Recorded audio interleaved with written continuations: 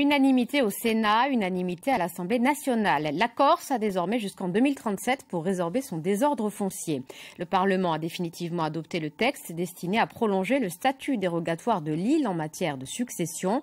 Une nouvelle satisfaisante selon les parlementaires, mais qui pourrait être insuffisante. En effet, des centaines de milliers de titres de propriété sont encore manquants et le financement du GIRTEC, outil principal de recherche, n'est pas garanti. Les précisions de Kael Serrer avec Audrey Allos. 10 ans de régime dérogatoire supplémentaire accordé par le vote des députés, c'est une étape essentielle, mais l'objectif à atteindre, c'est la résorption du désordre foncier en Corse. Pas simple, 30% des parcelles de l'île sont toujours enregistrées au nom d'un propriétaire présumé décédé et donc sans titre de propriété valide. À ce jour, plus de 300 000 parcelles restent ainsi attitrées.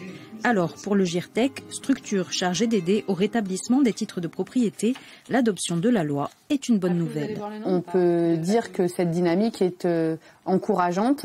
Il a été difficile aussi d'évaluer l'ampleur de la tâche initialement. On se rend compte que 10 ans n'étaient absolument pas suffisants. Je ne peux pas vous dire aujourd'hui que les 10 années supplémentaires accordées finalement par la loi vont suffire, mais en tout cas, on va essayer de tout mettre en œuvre pour accélérer les démarches de titrement.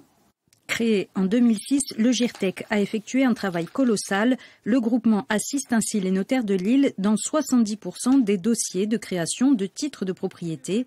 Problème, son financement n'est pas assuré sur le long terme. C'est d'ailleurs ce qui inquiète le sénateur Les Républicains, Jean-Jacques Panunzi. Rien ne peut se faire si demain le GIRTEC arrête ses travaux.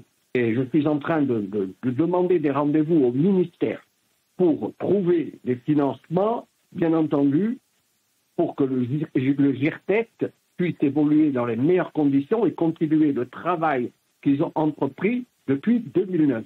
Sans ça, je dirais qu'on n'arrivera pas à établir les titres et on reviendra à la situation qu'on a toujours connue avec des indivisions qui seront insolubles.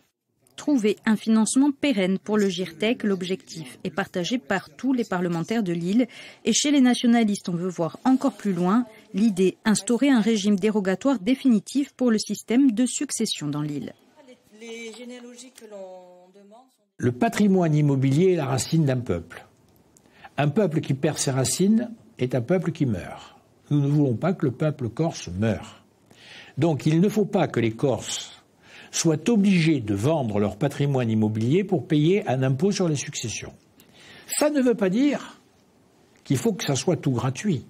Et c'est dans cet esprit qu'avec le président Simeoni, nous avons imaginé un statut fiscal de la Corse qui serait un statut républicain.